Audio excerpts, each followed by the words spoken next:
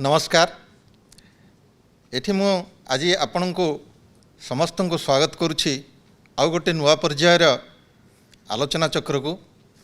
आमे पूर्वर गत मासरे कोविड को किभली प्रतिहत करा जिवो, कौन कौन जत्न नवा कथा, कौन कौन चिकित्सार सुविधा सरकार तरफ जोगाई दि जाइछि, जनसाधारण विशेषकर ओडिशार ग्रामांचलर भाई भौणी माने केउ केउ पंथा अवलंबन कले कोविड रु आमे रक्षा पाई परिबा, ए सब बाबद में प्रांजल भाव में आलोचना कर सारीचे। तेबे समय तथा परिस्थितिर आवश्यकता को दृष्टि रखी आउ किछि जिनिस आमर ओडिशार भाई भौणी मानक पाखरे उपस्थापन करिवार आवश्यकता आमे अनुभव कलु। सेथिपाई सरकार तरफ भाई भौणी मानकु किछि नूतन तथ्य जणेबार ये अभिप्राय आमर रही। आज विशेषकर आमे देखुचु जे किछि दिन मध्यरे आमर कोविडर मात्रा प्रकोप टिके कमिगला भली आम राज्य में तथा आम देश में आम अनुभव करुचे समस्ते। किंतु ता सहित गोटे नुआ कथा आम सामना को आसछि जे कोविड रु भल हो सारी डाक्तरखाना मुक्त होकर घर को जीवा परे किछि क्षेत्र रे किछि व्यक्ति देहरे आउ किछि परवर्ती जटिलता प्रकाश पाउछि, जहाँपाई से माने पुणी हॉस्पिटल एडमिशन होउचंती। किछि लोकंकर एथिमध्यरे अकाल वियोग मध्य घटिथिबार आमर दृष्टि को आछि, जहाँ आमर ओडिशार भाई भौणी मानक मध्यरे तथा भारतर मध्य जनसाधारणक मध्यरे किछि किछि भय भ्रांति संचार करुछि। तेबे ए सब जिनिस काहींकि घटुछि, आमे कौन कौन आउ अधिक सावधानता अवलंबन कले एथिरु रक्षा पाई परिबा, ए सब जिनिस ओडिशार जनसाधारण को जनैबा उद्देश्य रे एई कार्यक्रम आज रखा जाइछि। ए मध्य आमे आहुरी 5-7 दिन पर्यंत आज आरंभ करूँ, आहरी 5-7 दिन पर्यंत ये कार्यक्रम चालू रखिबू। जहाँ जनसाधारण ठारू आमे प्रश्न पाउचु बा जनसाधारणकर समस्या सब जहाँ आम दृष्टि को आसूची ताकू ही नहींकरी आपण मानक मनरे उपरुवा द्वंद्व बा प्रश्नावली को नहींकरी आमे तार उत्तर आपण पाखरे रखिबा चेष्टा करिबू। आमे एथिरे समस्तंकर ओडिशार भाई भौणी मानकर सहयोग कामना करिबू। आम सहित ए विषय आलोचना करिया पई आज प्रथम पर्यायर आम सह उपस्थित अच्छा आपणकर चिरपरिचित अति प्रिय प्रोफेसर डॉक्टर जयंत कुमार पंडा, जी कि श्रीरामचंद्र भंज मेडिकल कॉलेज भेषज विभाग मुख्य अच्छा। आज प्रथम आम शुणा जे कोविड परवर्ती स्वास्थ्यर जत्न रे आमको क्यों क्यों दिग प्रति अधिक जत्नशील होगापी पड़ो। मु स्वागत करुच्ची प्रोफेसर पंडा को। सार नमस्कार। आपण पई सार प्रथम प्रश्न जे जड़े व्यक्ति डाक्तरखाना रही कोविड चिकित्सा होगा पर घर को फिरछंती, तांकर परवर्ती समय किसी असुविधा हो पारे कि ये संदेह आछि तांको मनरे, जदि हाँ तेबे कौन कौन असुविधा हो पारे?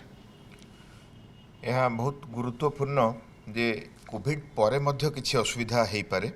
आमर कोविड रोगटी सामान्य मध्यम बा गुरुतर ताकू नहीं ये जो परर असुविधा होता है, जो माने लक्षणहीन थांती बा सामान्य असुविधा थाए से पाखरे किछि सामान्य असुविधा रहे, जो माने मध्यम बा गुरुतर थांती तांको पाखरे किछि बेसी परिमाण असुविधा देखा दी पारे।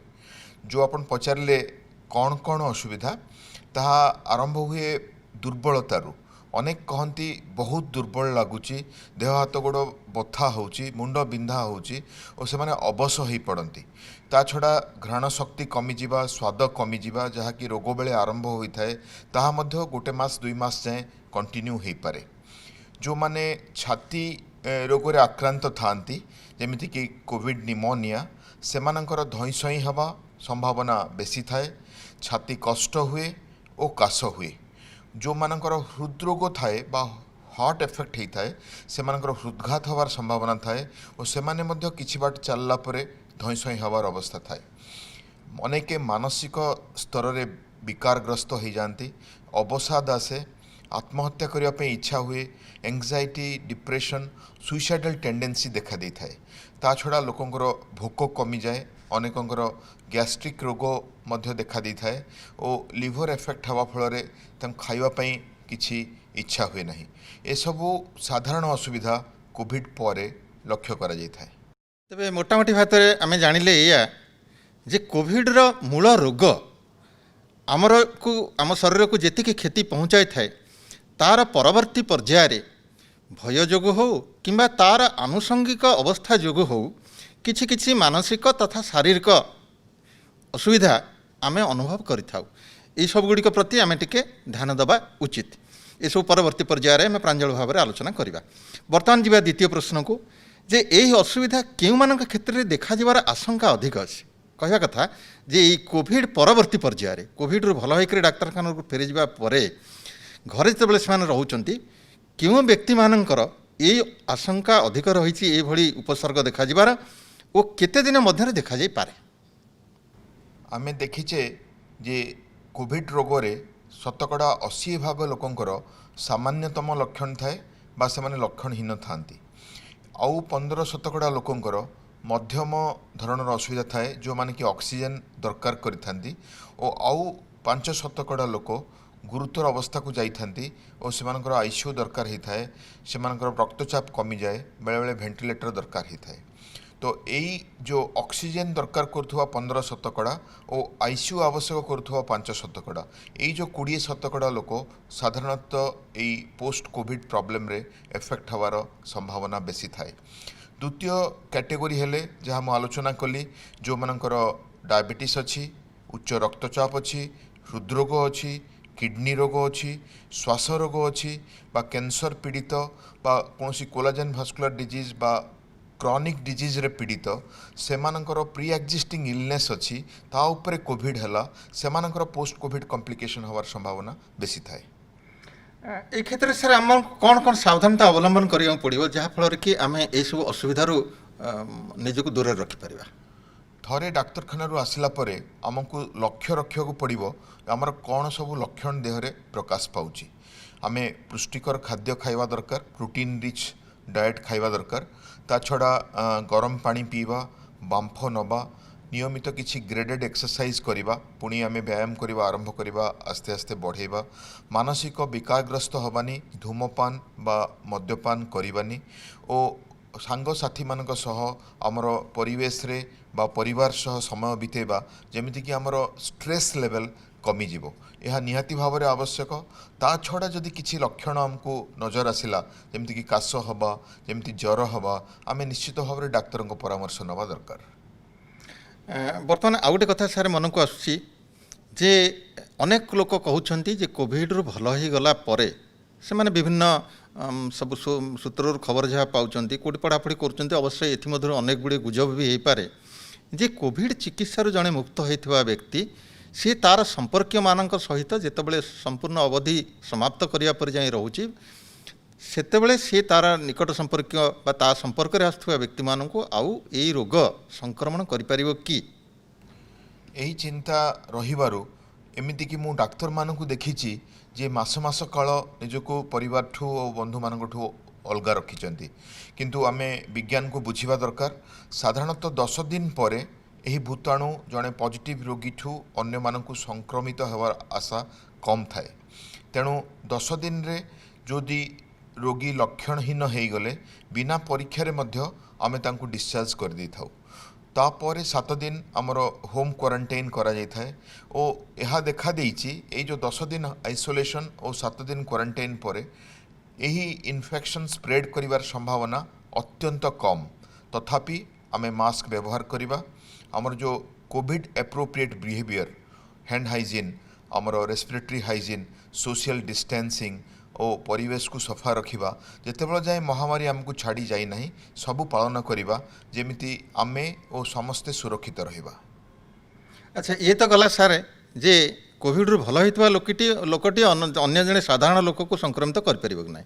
वर्तमान आम आसीबा जे जी भल होइकरी थरे जाइछि ता देहरे पुनः संक्रमण हो पारे कि अन्य गोटे सूत्रु बा अन्य गोटे जगार अन्य जड़े व्यक्ति ठारू आउ थे संक्रमण से लोक को हबार चान्स केते अछि बा संभावना केते सही आशंका मध्य बढ़ी चली जेहेतु अनेक सामान्य बा लक्षणहीन रोग भोगुचंती से माने आशंका करुचंती जे आमे आउ थे भूताणु द्वारा आक्रांत हबु किंतु एठी मु कहि रखे समग्र पृथ्वी रे वर्तमान जाए मात्र 4-5 जन रोगींकर एही परिस्थिति देखा देइछि जे से माने कोविड रे पुनः आक्रांत होइचंती ताहा डीएनए द्वारा प्रमाण करबा दरकार। जदि भारत वर्ष कहिबे आमर मात्र 2 जन दिल्ली रे आउ अहमदाबाद रे आमे जानिचे जो माने पुनः आक्रांत होइचंती से माने रोग प्रतिरोधक शक्ति कम थिबा रोगी ଓ ଦ୍ୱିତୀୟତଃ ସାମାନ୍ୟ ରୋଗ ଭୋଗିଥିବା ରୋଗୀ। ତେଣୁ ଅନ୍ତତଃ ପକ୍ଷେ ଅଧିକାଂଶ ଲୋକଙ୍କର ପୁନଃ ସଂକ୍ରମଣର ଆଶଙ୍କା ନାହିଁ, ତା ପାଇଁ ଭୟଭୀତ ହେବାର କାରଣ ନାହିଁ। ତଥାପି କିନ୍ତୁ ଆମେ ମାସ୍କ ପିନ୍ଧିବା, ହାତ ଧୋଇବା ଓ ସାମାଜିକ ଦୂରତାକୁ ରକ୍ଷା କରିବା। ମୋଟାମୋଟି ଭାବେ ଏ ବୁଝିଲେ ଯେ ଜଣେ ଥରେ ଭଲ ହୋଇକରି ଗଲା ପରେ ଅନ୍ୟ ଆଉ ଥରେ ଦ୍ୱିତୀୟବାର ସଂକ୍ରମଣ ହେବାର ଯାହା ଖବର ଅଛି ସମଗ୍ର ପୃଥିବୀରେ ସାର୍ ଯାହା କହିଲେ ମାତ୍ର 5-6 ଜଣ ବ୍ୟକ୍ତିଙ୍କ ଠାରେ ଏଇଟା ପ୍ରମାଣିତ ହୋଇଛି। ତେଣୁ ଗୋଟିଏ କଥା ଏଇଠି ମୁଁ ଆଉ ଟିକେ ତା ସହିତ ମିଶେଇକରି କହିବି ଯେ ଯାହା ଯାହା ଶୁଣୁଛନ୍ତି ଆମେ ବିଜ୍ଞାନ ଯୁଗର ମଣିଷ, ବିଜ୍ଞାନ ଉପରେ ବିଶ୍ୱାସ କରିବା, ଉଡ଼ା ଖବର ପ୍ରତି ଆଦୌ ବିଶ୍ୱାସ କରନ୍ତୁ ନାହିଁ। ଯାହା ଯାହା ଏକ ନିର୍ଭରଶୀଳ ସୂତ୍ରରୁ ପ୍ରକାଶ ପାଉଛି, ଯେଉଁ ଇନଫର୍ମେସନ୍ସ ଆସୁଛି ବା ତଥ୍ୟ ଆମ ପାଖକୁ ଆସୁଛି, ଯେମିତିକି ସରକାରଙ୍କ ତରଫରୁ ହେଲା ବା କୌଣସି ନିର୍ଦ୍ଦିଷ୍ଟ ସ୍ୱୀକୃତିପ୍ରାପ୍ତ ସଂସ୍ଥା ମାଧ୍ୟମରୁ ଆମେ ଯେଉଁ ପାଉଛେ ଖବର, ତାକୁ ହିଁ ଶୁଣିବା ଦରକାର, ବିଜ୍ଞାନକୁ ବିଶ୍ୱାସ କରିବା ଦରକାର। ଏ ଉଡ଼ା ଖବରରେ ଆଦୌ ବିଶ୍ୱାସ କରିବା କଥା ନୁହେଁ, ସେ ଆମର ଅଧିକ କ୍ଷତି କରିବ। ବର୍ତ୍ତମାନ ଆମେ ଯିବା ପରବର୍ତ୍ତୀ ପ୍ରଶ୍ନକୁ ଯେ ଡାକ୍ତରଖାନାରୁ ଡିସଚାର୍ଜ ହେବା ପରେ କିମ୍ବା ହୋମ୍ ଆଇସୋଲେସନ୍ର ଅବଧି ଶେଷ କରିବା ପରେ ଆମେ ଜାଣିଛେ ଅଧିକାଂଶ ଲୋକଙ୍କୁ ଆମେ ହୋମ୍ ଆଇସୋଲେସନ୍ ରଖିକରି ଭଲ କରୁଛେ, ଅଳ୍ପ କିଛି ଲୋକଙ୍କର ଆମେ ଡାକ୍ତରଖାନାକୁ ନେବା ଦରକାର ପଡ଼ୁଛି। ତେଣୁ ଡାକ୍ତରଖାନାରୁ ଭଲ ହୋଇକରି ଡିସଚାର୍ଜ ହୋଇଯିବା ପରେ କିମ୍ବା ହୋମ୍ ଆଇସୋଲେସନ୍ ଜଣଙ୍କର ସରିଯିବା ପରେ ଆଉ କେଉଁ ଚିକିତ୍ସା ସେ ଚାଲୁ ରଖିବା ଦରକାର ବା କ'ଣ କ'ଣ ଆଉ ଔଷଧ କିଛି ଖାଇବା ଆବଶ୍ୟକ କି?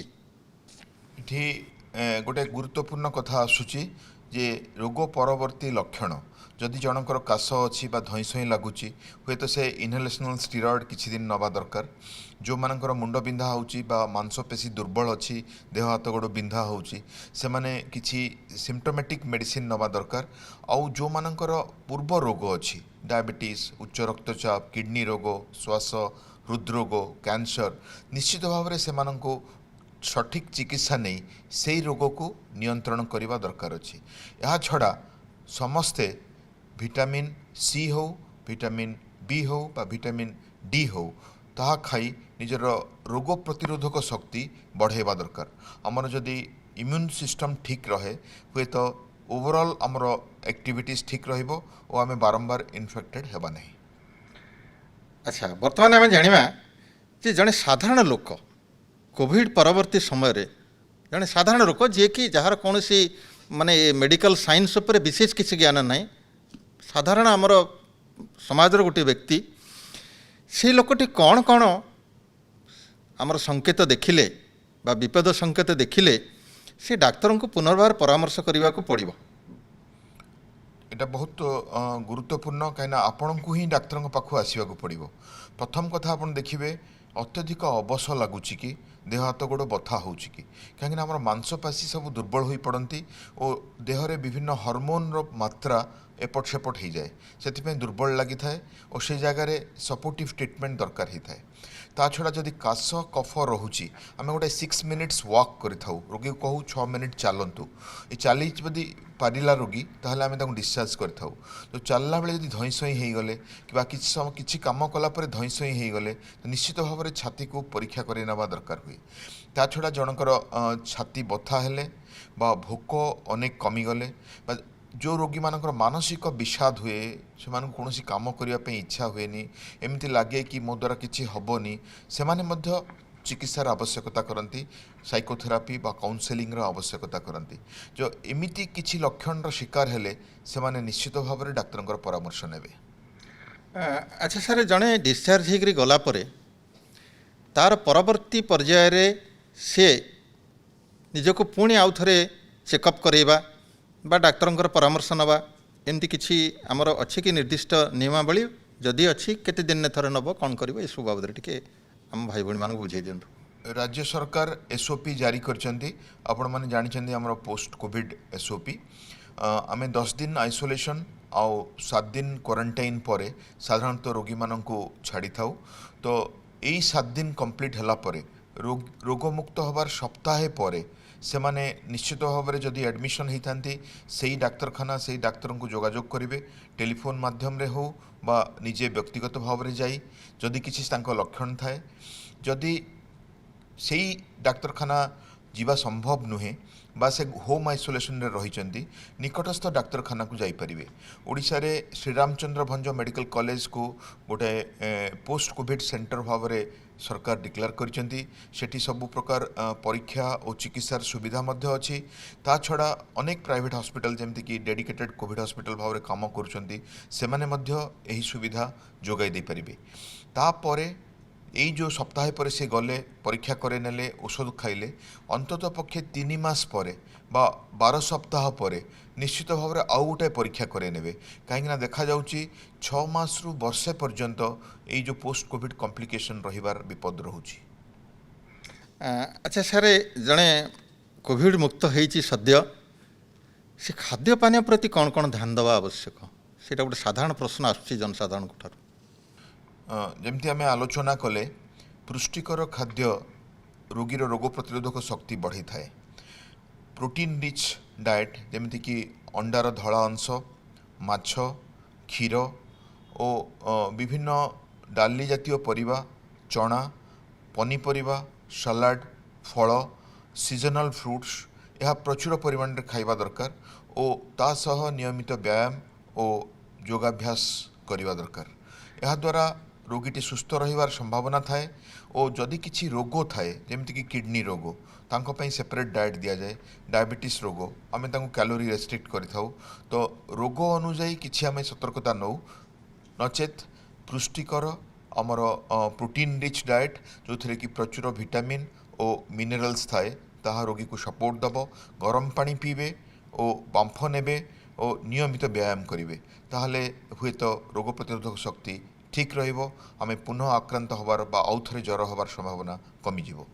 टिके सारे एठी मो आउ टिके या बाबद रे आउ टिके अधिक जानिका पई चाहिबी जे हमर अधिकांश जनसाधारण जे कि गाँ गहली रे रहउचंती सेमानकर रोजगार कम विशेषकर यही कोविड पीरियड रे सेमानकर रोजगार आहुरी बाधा प्राप्त होईची सेमाने प्रश्न करूचंती जे हमर एही सीमित आय भितरे आमे आम घर पाखरे चारि पाखरे आम हाथ पाहांतरे कौन कौन एमती अच्छी उपलब्ध जो थी कि अल्प खर्च रे आमे गोटे पुष्टिकर खाद्य पाई परिबा किंतु किसी उदाहरण अच्छी कि यह बहुत गुरुत्वपूर्ण कहीं अनेक यही सब जिनस हुए तो एफोर्ड न करि पारंती एठी मु कहबी डाली खाइबा आम ओडिया लोककर अभ्यास अच्छी आमे ताकू पुअर मेन्स मीट कहि थाउ आ निश्चित भाव में से किसी डाली जातीय परिबा डाली जातीय खाद्य खाई परिबे ता छड़ा चना खाई परिबे साग गोटे जिनस जो कि गुड़ाए फाइबर थाए विटामिन्स थाए आउ मिनरल्स थाए साग अति कम खर्च रे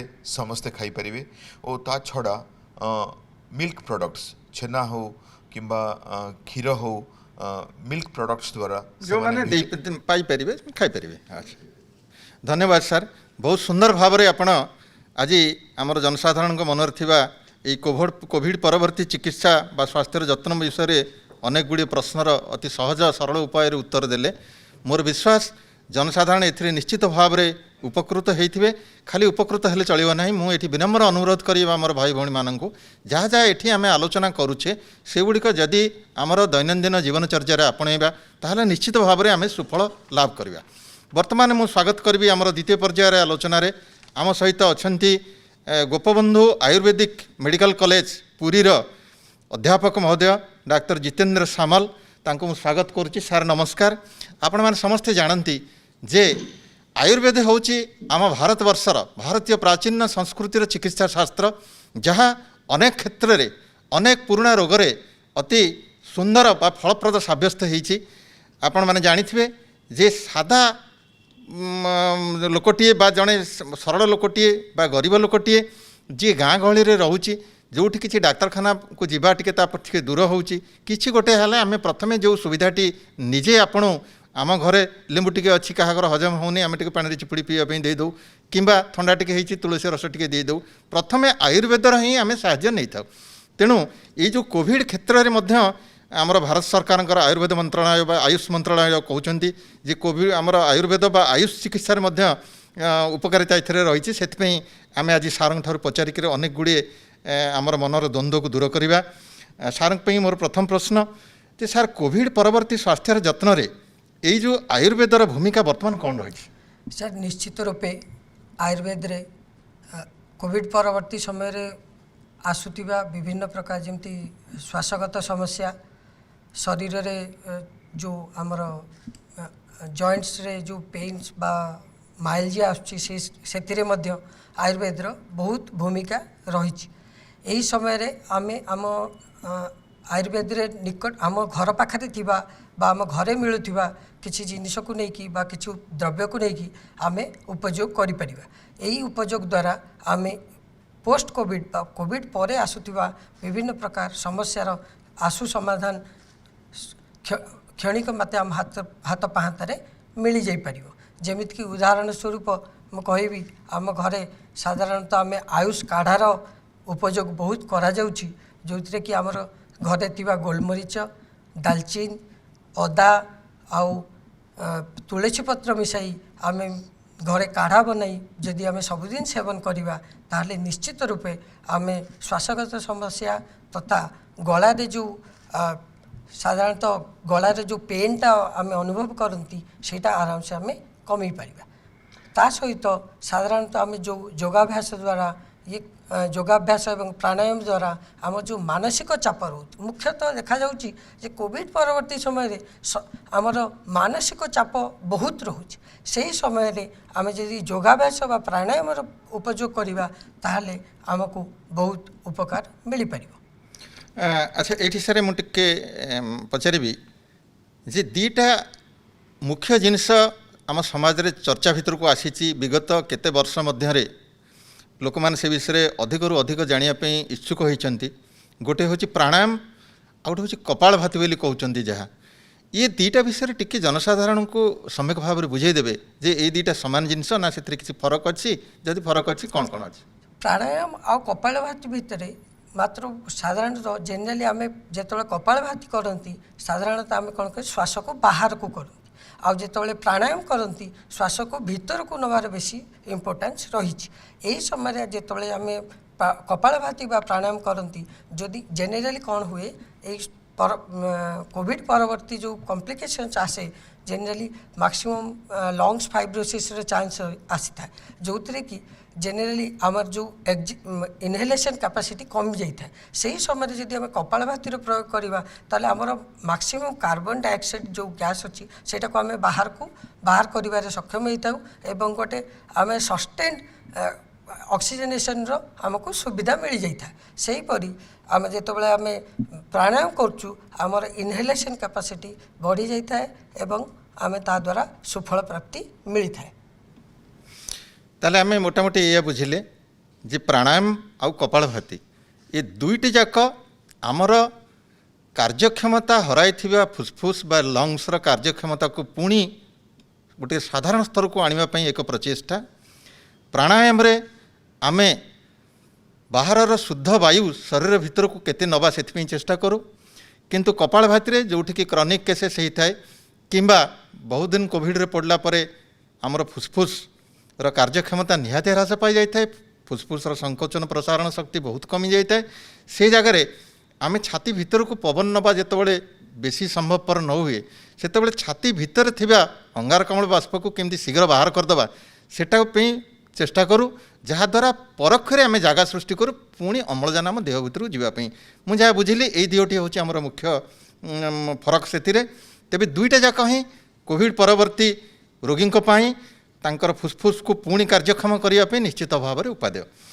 ବର୍ତ୍ତମାନ ଯିବା ଆମେ ପରବର୍ତ୍ତୀ ପ୍ରଶ୍ନକୁ ଯେ ଅନ୍ୟାନ୍ୟ ଆସନ ବ୍ୟାୟାମ ଆଦି କ'ଣ ରହିଛି ଯାହା ଏଥି ସହିତ ଆମର ଏଇ ଯେଉଁ ରେସ୍ପିରେଟୋରୀ ଏକ୍ସରସାଇଜ୍ ବା ଆମେ ଯାହାକୁ ପ୍ରାଣାୟାମ ଇତ୍ୟାଦି ବା କପାଳଭାତି ଇତ୍ୟାଦି କହୁଛୁ ତା ସହିତ ଆଉ କିଛି ଆସନ ବ୍ୟାୟାମ ପ୍ରାଣାୟାମ ଅଛି କି ଯାହାକୁ ଆମର ସାଧାରଣ ଲୋକ ଆପଣେଇ ପାରିବେ ତାଙ୍କର ସୁବିଧା ପାଇଁ?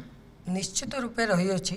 ଆମେ ଦେଖିବା ଯେ ଜେନେରାଲି ଆମର ଯେଉଁଟା କୋଭିଡ଼ ପରରେ ଜେନେରାଲି ଆମର ଶରୀରରେ ବହୁତ ପ୍ରକାର ପେନ୍ ଆସିଥାଏ। ସେହି ସମୟରେ ଯଦି ଆମେ ମିନିମମ୍ ଯେଉଁଟାକୁ ଆମେ ଲୁଜେନିଂ ଏକ୍ସରସାଇଜ୍ କୁହାଯାଉଛି ବା ମିନିମମ୍ ସୂର୍ଯ୍ୟ ନମସ୍କାର, ଯେମିତି ଆମେ ସାଧାରଣତଃ ମାଇଲ୍ଡ ଆକାରରେ ସୂର୍ଯ୍ୟ ନମସ୍କାର ଯଦି କରିବା ଆଉ ଏଇଟା ସକାଳେ ସୂର୍ଯ୍ୟ ଉଦୟ ସମୟରେ ଯଦି କରିବା ଆମ ଜେନେରାଲି ଭିଟାମିନ୍ ଡିର ବହୁତ ଆବଶ୍ୟକତା ରହୁଛି। ସୂର୍ଯ୍ୟ ନମସ୍କାର ଏହି ସମୟରେ କଲେ ଆମର ଭିଟାମିନ୍ ଡି ସିନ୍ଥେସିସ୍ ହେଇକି ଆମକୁ ଇମ୍ୟୁନିଟି ବଢ଼ାଇବାରେ ବା ଆମ ଶରୀରର ଯେଉଁ ପେନ୍ସ ରହୁଛି ବା ଆମର ଯେଉଁ ଶରୀରର ଜଏଣ୍ଟ ପେନ୍ ରହୁଛି ସେଥିରେ ଆମକୁ ବହୁତ ସାହାଯ୍ୟ କରିଥାଏ। ଏଠି ସାର୍ ଆମେ ଜାଣିଛେ ସମସ୍ତେ ଯେ ଆଗକୁ ଶୀତ ଋତୁ ଆସୁଛି। ଆୟୁର୍ବେଦରେ ରୋଗର ମୂଳ କାରଣ ହିସାବରେ ତିନୋଟି ଦୋଷକୁ ବିଚାରକୁ ନିଆଯାଏ। ଗୋଟେ ହେଲା କଫ, ଗୋଟେ ବାତ, ଗୋଟେ ପିତ୍ତ। ତେବେ ଏଇ ଶୀତ ଋତୁ ଯେଉଁ ଆସୁଛି ତାହା ଆମର ଏ କୋଭିଡ଼କୁ ଆଉ ଅଧିକ କରିବାର ଆଶଙ୍କା ଅଛି କି? ଆୟୁର୍ବେଦ କ'ଣ କହୁଛି? ଜେନେରାଲି କୋଭିଡ଼କୁ ବଢ଼େଇବାର ଆଶଙ୍କା ବହୁତ ରହିଛି, କାରଣ ଆମେ ଜାଣିଛନ୍ତି କୋଭିଡ଼ର ମୁଖ୍ୟ ଲକ୍ଷଣ ହେଉଛି ଜ୍ୱର, କାଶ, ଶ୍ୱାସଜନିତ ସମସ୍ୟା, କଫ, ଏଇଗୁଡ଼ା। ଜେନେରାଲି ଆମର କ'ଣ ହୁଏ, ସାଧାରଣତଃ ଆମେ ଯେତେବେଳେ ଦେଖନ୍ତି ଶିଶିର ବା ଶୀତ ଋତୁରେ ଆମର ଶରୀରରେ ସାଧାରଣତଃ ରୂପରେ କଫର ସଞ୍ଚୟ ହୋଇଥାଏ। ଏହି ସମୟରେ ଯେଉଁ କଫର ସଞ୍ଚୟ ହୋଇଥାଏ ତାକୁ ଯଦି ଆମେ ଠିକ୍ ରୂପରେ ସେହି ସମୟରେ ତାର ଚିକିତ୍ସା ବା ଇଏ ନିଦାନ ତାର ପରିବର୍ତ୍ତନ ନ କରିବା ତାହେଲେ ଏହା ଆଗକୁ ଯାଇ ପ୍ରକୋପ ହୋଇ ଆଗକୁ এই কোভিড সমস্যা বা কোভিডর পোস্ট কোভিডর যে শ্বাসগত সমস্যাকে বড়াইবারে বহুত সাহায্য করবে। আমি অধিক এই বাবদরে সাবধান হওয়া উচিত শীত দিনে। বহুত বহুত ধন্যবাদ স্যার, বহুত সুন্দর ভাবে আপনার আয়ুর্বেদ চিকিৎসার উপযোগিতা এই কোভিড পরবর্তী চিকিৎসার কণ কণ রয়েছে সে বাবদরে জনসাধারণ বুঝাইদেলে। এথর নিশ্চিত ভাবে ভাই ভী মানে আমার উপকৃত হয়ে। মু আউ থরে কহিবা চাহে যে ভারত হচ্ছে একমাত্র রাষ্ট্র যেটি আয়ুর্বেদ, হোমিওপ্যাথিক এবং এলোপ্যাথিক ଏ ତିନିଟା ଯାକର ବେଶ ଉପଯୋଗିତା ରହିଛି। ଆମର ତାକୁ ଆମେ ପ୍ରୟୋଗ କରୁଛୁ, ପ୍ରୟୋଗାତ୍ମକ ଦୃଷ୍ଟାନ୍ତ ମଧ୍ୟ ଆମ ପାଖରେ ରହିଛି। ଯଦି ଆମେ ସବୁକୁ ମିଶାଇକରି ଅତି ନିଷ୍ଠାର ସହିତ ସମସ୍ତେ ଚେଷ୍ଟା କରିବା କୋଭିଡ଼କୁ ହଟାଇବା ପାଇଁ, ନିଶ୍ଚିତ ଭାବରେ ଆମ ରାଜ୍ୟରୁ ଆମ ଦେଶରୁ କୋଭିଡ଼କୁ ହଟାଇ ଦେଇପାରିବା। ମୁଁ ଆପଣମାନଙ୍କର ସହଯୋଗ ଏଥିରେ ଆଶା କରୁଛି। ଆଗାମୀ ଦିନମାନଙ୍କରେ ଆହୁରି ବିଶେଷଜ୍ଞମାନଙ୍କୁ ଆମେ ନିମନ୍ତ୍ରଣ କରିବା, ଆମନ୍ତ୍ରିତ କରିବା ଏଠିକି ଆପଣମାନଙ୍କ ମନରେ ଉଠୁଥିବା କୌଣସି ପ୍ରଶ୍ନ ଯାହା କୋଭିଡ଼ ପରବର୍ତ୍ତୀ ଚିକିତ୍ସା ସହିତ ସମ୍ପର୍କିତ ତାର ସମାଧାନ କରିବା ପାଇଁ। ଧନ୍ୟବାଦ, ନମସ୍କାର।